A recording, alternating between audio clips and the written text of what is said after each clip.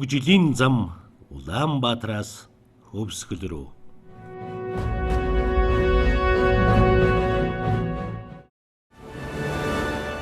Олсын тээвэр эр хүний төвчээр чадал шалгасан сайхан ажил. Урамтайж, буянтайж хөдөлмөр гэж Ахмад жолооч нар залуу үеийнхэндээ дурсан яв. Хичнээн бартаа саадтай байсан ч гэсэн замаа муулна гэж ёоргүй. Тэгэхээр үндсэндээ энэ Улаанбаатар мөрөн хотыг холбосон хатуу уучлалтай зам бол сүүлийн 10 жилийн бүтээн байгуулалтын түүх гэж би ойлгож байгаа. Өнгөрсөн 10 жилийн хугацаанд энэ Хөвсгөл аймгаас сонгогдож ирсэн үеийн улсын их хурлын гишүүд мөн засаг дарга нар өнгөрсөн 10 жилд ажилласан Монгол улсын засгийн газрын үеийн засгийн газрын хийсэн ийм хамтын томоохон бүтээн байгуулалтын ажил гэж би ойлгодог. Уулын амнаас урсан гарах бяцхан горхиуд нийлсээр их гол мөрөн болдог жамтай. Хүний ухаан бодолж бас хөгжлийн зүгт чиглэсэн байхад ямар ч өндөр завааг дагаж олонний хүчийг нийлүүлж улс орныхоо хөгжилд хувь нэмрээ оруулж болдог гэж. Хөвсгөлчүүд бид үндсэндээ автозам та нийслэлтэйгээ холбогдож манай Хөвсгөл аймгийн өдөөгийн 88 баг маань өрийн холбооны сүлжээнд холбогдож манай Хөвсгөл аймгийн бүх сумдууд эрчим хүчний сүлжээнд холбогдож ингэж үндсэндээ сүүлийн 8 жилийн турш хийсэн том бүтээн байгуулалтынхаа үр шимийг үзэж эхэлж байна гэж би бодож байна. Энэ удаа бол би Хөвсгөл аймгийн нийслэлтэй холбогдсон автозамын талаар бас холбоотой түүх, энэ зам яаж баригдсан, энэ замыг барихад ямар улсууд хувь нэмрээ оруулсан, энэ зам хөвсгөлчүүдэд ер нь ямар ач холбогдолтой зам болов, хөвсгөлийн хөгжилд ер нь ямар үр дүнгээ өгсөн, ач холбогдлоо өгсөн энэ зам болов гэдэг талаар бас хувь хүний хувьд бас энэ нутгаас сонгогдсон улсын их хурлын гишүүний хувьд бас би өөрөө тээвэрчин жолооч хүний хүүхдийн хувьд бага насныхаа дурсамжийг бас та бүхэнтэй хуваалцъя гэж бодож байна. Байгаль дэлхийн улс мөрөн их газраа тэжээнд итгэж урсдаг бол хатуу хүчилттэй автозам ашиглалтанд орсноор хөгжил дагуулж хүн зуны амьдрал ахуйг тэжээнд итгэв. Зам дагсан байшин барилгууд нэмэгдэж үйлдвэрлэл үйлчилгээ өргөжж хүн амын төвлөрөл төвдөөн биш эрүүл сайхан агааран бараадаж эхлэв. Замтай болчихсон байхад наандчил хүнсний дэлгүүрийн ашиг нэмэгдэж цаашлаад малын гаралтай түүхийн эдэм бүтээгдэхүүн болгож борлуулад байж болох бүрэн боломжтой. Замтай болчихсон байхад юм л болдог доо. Энэ бол амьдралд санаачлагтай, тэмүүлэлтэй хүнээс гарсан үг. Тэгэхээр булган уйнт тариалангийн зам бол Кувейтийн сангийн хөрөнгө оруулалтаар 2006 оноос хийгдэж эхэлсэн ийм зам байж байгаа. За ингээд манай мөрөн тосон цэнгэлийн зам бол зөвхөн нэг талаасаа энэ Улаанбаатар мөрөнгийн зам бол зөвхөн нэг талаасаа явж байсан Эрдэнэт, булган, уйнт, хотог өндөр, тариалан гэсэн энэ чиглэлийн зам бол нэг талаасаа явж байсан энэ бүтээн байгуулалтыг 2012 онд Монгол улсын ерөнхий сайд Батболд ерөнхий сайдаар ахлуулж ажиллаж байсан засгийн газар тэр үед бас зам тээврийн сайдаар ажиллаж байсан Дашторж сайд маань бас томоохон шийдвэр гаргаж мөрөнгөөс Улаанбаатар руу бариулах энэ ажлыг эхлүүлсэн ийм түүхэн шийдвэр гаргасан байдгийг. Тэгээд 2012 оны засгийн газрын шийдвэр гарч хөгжлийн сангийн хөрөнгө оруулалтаагаар мөрөн тосон цэнгэлийн 70 км замыг эхлүүлсэн энэ том бүтээн байгуулалтыг хэлсэн. За энэний үр дүнд хоёр талаас мөрөн тосон цэнгэлийн зам ашиглалтанд орж мөн тариалангийн зам ашиглалтанд ороод тариалан тосон цэнгэлийн хоорондох их уул тариалангийн энэ замыг 120-30 км замыг бол бас Алтууг ерөнхий сайдын үед дуусгасан шийдвэр гаргасан ийм бүтээн байгуулалт болсон гэж би ойлгодог. Замын ажил олон хүний хүч хөдөлмөр шаардсан чадварлаг инженерүүдийн арга туршлага, шинжлэх ухааны ололт тулгуурласан нүсэр ажил. Замын ажлын үед шороо тоосгосож, заримдаа тэр гэж оноохон аргагүй тэнгэр газар нийлсэн шороо босон. Ажлын бүтээмж өндөр, орчин үеийн техникийн хүчээр нугалахгүй юм бол эхэлсэн ажил дуусахад бэрх байдаг. Ажил удаашрах тусам байгаль орчинд халтай болно. Харин хөвсгөлчүүд нийслэл хоттойгоо хатуу хужилттай автозамаар холбогдохын олон жил хүлээсэн. зам тавьж байгаа компаниудыг сум орон нутгийн зүгээс дэмжиж аль болох ажиллах нөхцөлийг нь бүрдүүлж иржээ.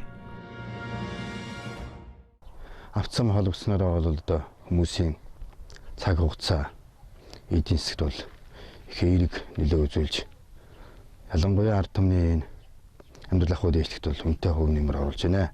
За үүний тод жишээ бол бид энэ жил 2015 онд энэ зам дагуу аялал жуулчлал Өсгөл аймгийнхаа төвтэй ойрхон байдаг бусад сумдгаа бодвол харьцангуй бас хамгийн түрүүнд зам харилцаа холбоо төрүүлж хөгжсөн гэдэг утгаараа ард иргэдийн маань амьдрал ахуй дэвшигт бол ихээгийн түлхэц өгж иргэдийн энэ эдийн засгийн хямралтай үед бол ялангуяа энэ зэнд бас цаг хугацаагаа хэмнэсэн сайхан үйл болдго юм байна. Дээр нь бол одоо бас иргэд маань бол одоо ганцхан одоо энэ хүн тээвэр атус юмыг одоо тээвэр хэрэгслээ зорчдог биш байсан бол одоо өнөөдөр бол өөрсдийнхөө хувийн жижиг тэргээр их зорчдог болж байна. Өнөөдрийн энэ саяын улсын баяр наадмын үеэр амралт зугаалга монголчуудын энэ хоошоо байгалийн үзэсгэлэнт газруудыг үзэсгэлэн энэ сонирхол бол хүн болгон одоо үр ашнараа аав ээжигээ дагуулад явж байгаа энэ хэлбэр бол их бол одоо сайхан одоо энэ замын бол одоо орсноор бол одоо энэ монголчуудын одоо энэ дотоод гадаадын жуулчдын энэ тоо бол эрс их өсөж энийгээ дагсан энэ зам дагах сумд бол илүү их хурдан хөгжих боломжтой байна. Өвсгөлийн зам говийн замаас мэдээж өөр. Хад асхыг нурааж, мод бутгийг зайлуулан ус голыг гатлан байж тавина. Түүнээс гадна байгаль, цаг үр, бороо гэд бэрхшээл мундахгүй. Зам нэртэйч ганцхан борооны ая даадаггүй хуурамч замыгууд бол замын технологи горимын дагуу хийгджээ. Монголын анхны хүн даацын автомашинд зориулагдсан замаа гэж инженерүүд ярьж байна. Энэ манай замын өргөн чи хэд вүлээ? 10 тий. Асфальтын зузаан 5. Өчтгийн зузаан 5, зорчих хэсгийн өргөн 7 м. Тэгээ нийтдээ 10. Таац хэд өсөж чинь. Даац бол 80-аас дээш авах хэвээр. Ачаа даацын харьцаа 80% дээш авах хэвээр. нийт бүр хоолой хэд байгаа? 118 хоолой 3 гүртэй. Ер нь орон нутгаас тэр анх бид нар эхлээс өмнө цэрэн жиготаа уулзаж энэ бүх холбогдсон улсуудын цогдуулж ярилцаад ингээд бас янз янзын улсууд очиж шалгадаг ингээд хэрэгтэй хэрэггүй мэдээлэл шаарддаг ийм юу гэдэг тэр их зовлонтой гэдэг гэж тэрнээс бас нууясаа ер нь бол орон нутгаас маш нэмж үзүүлж байгаа. Одоо нэг бункерүүдтэй материалаа эзэн арцаа болохоор зэрэг нэг компьютерт оруулсан. Тэгээд яг нэг оруулсан болохоор энэ хаалтууд нь орцынхаа дагуу өөрсдөө нэгдээд материалаа гаргаж чинь эндээс улсаа өгчин цаанаас цемент ороод энэ халдах хөрөмж тэгээд камераар яваад ингэ авчигдаад яг ерөөсөө тийм зохион байгуулалттай. Энэ ч баг ер нь орон нутгийн замуудын хувьд бол анх удаа баг ер нь CTP-ийн юутай баг шүү тийм ээ. Тэгээ цементийн учиртай суурьтай зам болж байгаа баг шүү тийм. Хүн даацтай маш их хонцоотой бол гэсэн үг. Тэгээ арай илүү даацтай бол гэсэн үг тий. Яг мандлагын чиглэл бас нэг тушаад үзсэн л дээ. Даацыг Тэгээ аймаг хоорондын тавьж байгаа замуудын хооронд бол бас анхны л юм юу гэж ойлгоод байгаа шүү дээ тийм ээ. Цемент суурьтай тийм. Өвсгөл аймаг хүн амааран бусад аймагуудаа тэргүүлдэг. Аймгийн төв мөрөн хот, наран туулын дараа орох үз томоохон худалдааны төвтэй. Энд 3000 орчим хүн байнгын арилжаа наймаа хийж нийслэл хот цаашлаад ирээн Бээжингээс бараа татаж байна. Энэ хүмүүсийн ард дор хаяж 5 ам бүл байгаагаа тооцоод 15,000 хүний амьдрал худалдаа наймаанаас хамаарч байгаа юм. Цааш нь жижиг хүнс барааны дэлгүүр ажиллаулдаг, машин техник зарж борлуулдаг гэж тооцох юм бол энэ тоо маш их тоо гарна. Тэгэхээр өмнө бас сонгогдож байсан улсын хурлд сонгогдож Өвсгөл аймгаас ажиллаж байсан улсын хурлын гишүүн, инх төвшин гишүүн бол энэ авцамыг барихад маш томоохон үүрэг үүсгэсэн гэж хэлхийг бас хүсэж байна. За ингээд мэдээж автозамын ач холбогдол хамгийн одоо энгийн жишээгээр ярихад нийслэлтэй автозамаар холбогдсноор манай Өвсгөл аймгийн 38 мянган өрхийн орлого, өрхийн амжиргаанд бол би шууд нөлөөгөө өгсөн ийм бүтээн байгуулалт гэж ойлгож байгаа. Яаж шууд нөлөөгөө өгч яах вэ гэхээр өмнө одоо Улаанбаатар хотоос 1 тонн ачаа 3 хонж ирдэг. 1 тонн ачаа маш өндөр өртөгтэй ирдэг байсан бол өнөөдөр одоо 1 өдрийн дотор Улаанбаатар хотоос энэ ачаанууд ирж мөн хүнд одоо хямд зардалтайгаар бас ачаанууд ирж байгаа. За ингээд мөн аялал жуулчлалын одоо Өвсгөл аймгийг зорьсон аялал жуулчлалын ийм жуулчлагчдын тоонууд жилээс жил өсч чинь зөвхөн 2014 онд энэ Баяр наадмын одоо 5 хоногийн үеэр энэ Хатгал хотод одоо Өвсгөл нуураа үзэгсэн жуулчдын тоо бол үнэндээ 70-80 мянгад хүрч яг энэ хатгалыг зорьсон тээврийн хэрэгсэл автомашины тоо бол 40 мянгад хүрсэн иймэрхүү тоонууд байж. Тэгээд яг энэ автозам орсноор бол манай Өвсгөл аймгийн автозамын дагуух сумдын хөгжил дэвшил бол үнэхээр одоо агц дэвшил гарсан ийм томоохон хөрөнгө оруулалтад болсон. Зөвхөн нэг жишээ дурдахад энэ Хатгал хот дээр одоо нэг хашааны газрын үн бол одоо зам ороогүй үеийнхээс 3-4 дахин үнэтэй болж байгаа. Ингэснээр иргэдийн хөрөнгийн үн цэн нэмэгдэж байгаа. Гэх мэтлэнгээр яг энэ замын ач холбогдлууд маш их байдгаа гэж ойлгож байгаа. Өвсгөл аймгийн хувьд аялал жуулчлалын онцгой бүс гэдгээр зам гэж чухал байр суурийг эзэлнэ. Жилдээ гадаад дотоодын нийлсэн 40 мянга орчим жуулчид Хөвсгөл нутгийг зоридог. Мөрөн хадгалын чиглэлийн 110 км хатуу хөвчлөлтэй автозам ашиглалтанд орсон нь аялал жуулчлалын хөгжилд баггүй түлхэц өгч байна. За Өвсгөл аймгийн одоо хөгжлийн нэг анхаарлын төвд бол аялал жуулчлалын одоо салбар байдаг. За аялал жуулчлалын бодлогын хүрээнд бол бас их хурлын гишүүнтэй хамтын ажиллагааг нэлээд одоо үр дүнтэй зохион байгуулж байна. Нийтдээ зөвхөн одоо Улаанбаатар хоттой засмал зам одоо холбогдсны үр дүнд зах зээлийн одоо боломжит нөхцөл нэлээд одоо бүрдэж энэ жилийн хувьд ихэд Баяр наадмын дараа бол нийтдээ 50 орчим мянган хүн бол зөвхөн одоо Өвсгөл далаад жорчсон. Үүний 2000 орчим нь бол одоо гадаадын аялал жуулчид ирсэн байна гэсэн тоо гарч байна. За энэ бол одоо аялал жуулч цаашдаа улам одоо өргөжин хөгжих ийм одоо хандлагыг одоо харуулж байгаа. Өөрөөр хэлбэл зам дагаж одоо хөгжил гэж ингэж хэлдэг.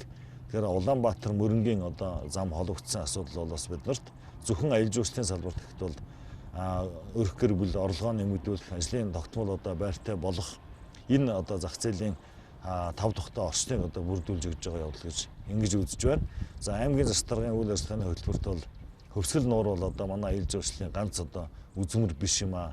Өвсгөл аймаг бол одоо онгон дагшин одоо байгальтай, байгалийн үзэсгэлэнт одоо ийм тогтцоор аж төрж амьдардаг хөвсгөлчүүд. Тэгэхээр бид нар бол 6 ясны өлгийн нутаг учраас үзүүлж харуулах юм бол их бий гэж ингэж ойлгодог. Тэгэхээр аялал жуулчлалын одоо үзмэр үйлчлэгийг бол нэлээд одоо нэр төрлийн олон болгох, аялал жуулчлалын одоо маршрутыг нэлээд өргөжүүлэх ийм одоо зорилтыг тавьж байна. Мөрөн тосон цэнгэл, их уул, Тариалангийн хатуу хучилтай автозамыг мөрөн хотоос өгтүүлэн тавих ажлыг анхлан санаачилж эхлүүлсэн нь улсын их хурлын гишүүн Инх Амгаланч санаачилсан ажлынхан үр дүн харж нутгийнхаа зон олонд хүргэсэн хамгийн том буян нь энэ болжээ. Би бас багийнхаа дурсамжийг хуучлалд аавынхаа кабинд суугаад Эрдэнэ тот орох гэж одоо Булган аймаг орох гэж ингээ Намнангийн арын шавар гэхэд 2-3 хоног суудаг байсан. Энийг бол одоо бас тэр жолооч нар мэдж байгаа. Сэлэн мөрөнг гатлах гэж Сэлэн мөрөнгийн Бэрвазыг одоо гарах гэж машин гаргаж 2-3 хоног одоо үерэлсэн үед 2-3 хоног хүлээдэг байсан.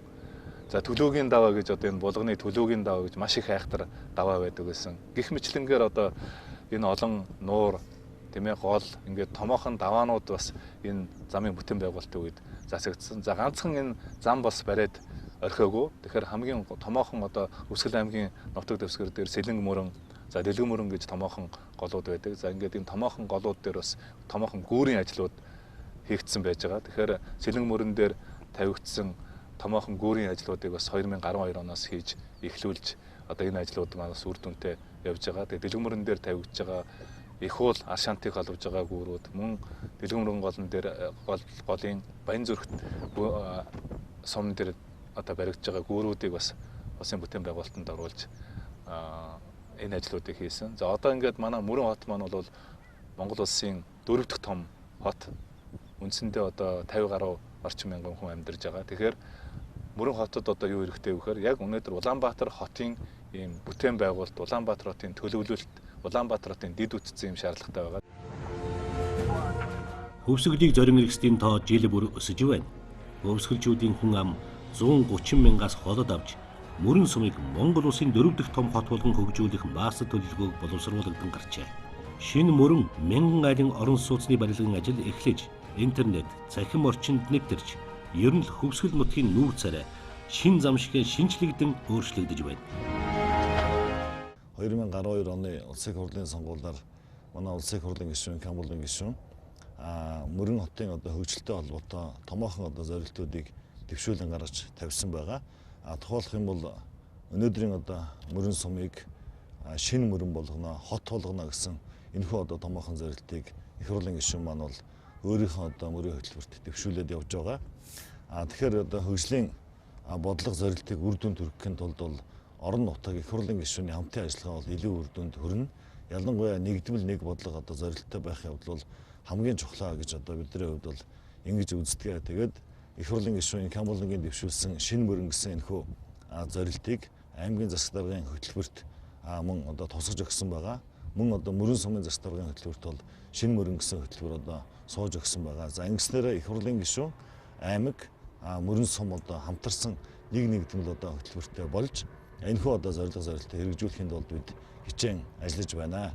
За шинэ мөрөн болох эхний ээлжийн гол зорилт бол иргэдийнхэн ая тухтай амьдрах, тав тухтай амьдрах тэр боломж нөхцөлийг бүрдүүлэх явдал гэж миний хувьд бол үздэг. За төрийн байгууллагын хамгийн гол үүрэг бол иргэдийнхэн ая тухтай амьдрах орчин нөхцөлийг бүрдүүлэх явдал хамгийн гол үүрэг хариуцлагын нэг юм а гэж миний хувьд бол үзэж байгаа. За өнгөрсөн бүрэн эрхийн хугацаанд бол бид нар бас энэхүү зорилтыг хэрэгжүүлэхийн тулд нэлээд хичээн ажиллалаа. Улсын төсвийн болон орон нутгийн хөгжлийн сангийн хөрөнгө оруулалтыг оновчтой үр дүнтэй зарцуулж шинэ мөрөн хөтөлбөрийг хэрэгжүүлэхэд үр дүн гаргасан ийм сайхан он жилүүд байлаа. За юуны төрөн бид нар бол дэд үтцийн салбарт бол нэлээд анхаарлаа хандуулж ажилласан. За мөрөн бол өнөөдрийн байдлаар дулааны цахилгаан станцтай болж нэгдсэн гал голомтой асаасан явдал гэж ингэж хэлхийг хүсэж байна. Ялангуяа Мөрөн сумын Мөрөн хотын газар доогоорх байгууламжийг бид нар шинчилж, инженерийн шугамжуулжийг бол бүрэн шинжилсэн явдал бол бидний бас шинэ мөрөн хөтөлбөрийг хэрэгжүүлэх томоохон зорилтын үр дүнтэй ажлын нэг гэж ингэж хэлхийг хүсэж байна. Барта саад ихтэй замаар үсчүүлэн дөргүүлж нэг юм хүрээд хөвсгөл нуураа үздэг, амардаг. Буцтаан дахиад л нөгөө замаараа ядарч туйлдаад нөгөө сайхан амралт үгүй болдог л доо гэж жуулчид ярьдаг. Өнөөдөр гадаад дотоодын жуулчдын хатуу хужилттай дардан зам хүлээж байна. Өвсгөл нутагт зочилж, үзэсгэлэнт байгаль дэлхийгээр нь багтаж, буцахтаа алтан шар зам хэмээх аялгууд дуг амандан аялан сэтгэл өөдрөг буцаарай. Ойрын жилүүдэд ойрын том бүтээн байгуулалтын хувьд бол Хөвсгөл аймагт хийгдэх энэ ажлууд байж байгаа. Тэгээ Мөрөн ханхын зам, за Тосон зингэлийн замтай нийлэх энэ Аршаант хайрхан үлзийнтийн зам, за 3 дугаар чиглэл бол Ороохын даваа Тариатын замтай холбогдох аялал жуулчдын хамгийн том гол маршрут болох энэ замуудын бүтээн байгуулалтын ажлыг хийж хэрэгжүүлж эхлүүлэхэд бас улсын их хурлын гишүүний хувьд бас онцгойлон анхаарч ажиллаж байгаа гэж хэлхийг хүсэж байна. За ингээд мэдээж нутгийнхаа иргэдэд хэлэхэд бас энэ замаа ашиглаж ахуй амьдралаа дэвшлүүлэх, бизнесээ дэвшлүүлэх энэ сайхан боломжийг бас би ашиглаасаа гэж бодож байна. Энэ дээр бол хувь хүний иргэдийн оролцоонууд маш чухал. Зөвхөн манай Мөрөн хотод бизнес эрхэлдэг, Мөрөн хотын далайн ээж зах дээр бизнес эрхэлдэг 3000 орчим хүмүүс байдаг. Энэ 3000 хүмүүсийн өнөөдрийн ажил амьдралтай холбоотой энэ зам цаашдаа бол энэ Хөвсгөл аймагт энэ замын дагуух яг Хөвсгөл аймгийн Тариалан сумаас орж ирж байгаа энэ замын дагуу үйлдвэрлэгдэхний олон газрууд баригдсан, бий болсон шинэ стандарт, хамгийн гол нь шинэ стандартад хүрсэн, хүмүүсийн сэтгэлд хүрсэн аятаа тухтай ийм үйлчлэгээний газрууд олноор бий болоосоо иргэдийн маань ахуй амьдрал бас сайхан дээшлэх, орлого нэмэгдэх, хүн бүр ажилтай болох энэ сайхан боломжууд нь байгаа шүү гэж бас хэлхийг хүсэж байна. Тэгээд энэ замын бүтээн байгуулалтанд сэтгэлээ зориулсан энэ замыг бүтээн байгуулсан Монголын автозамчид, за Монголын үеийн улсын хурлын гишүүд, Хөвсгөл аймгаас сонгож ажиллаж байсан улсын хурлын гишүүд, засаг дарганаар за ингээд үеийн бас засгийн газрыг тэргүүлж ажиллаж байсан ерөнхий сайдад бас Хөвсгөл аймгийнхаа ард түмний өмнөөс энэ сайхан боломжийг ашиглаж их сайн бүхнийг бас үсэн өрөө гэж бодож байна. Ингээд энэ зам зөвхөн өвсгөлчүүдийн зам биш, Монголын хөгжлийн зам байх ийм сайхан өрөөлийг өргөн дэвшүүлж байна. Монгол түмний амьдрал инж алсын чайны алтан шар зам үлзийтэй сайхан байх болдог ба. Хөгжлийн зам Улаанбаатараас Өвсгөл рүү. Сансан зорсон хэрэг бүтээх алтан шавцан тийшээ байна. Сайхан учрал зэрэг бүрдэх аяны жолоо дэшээ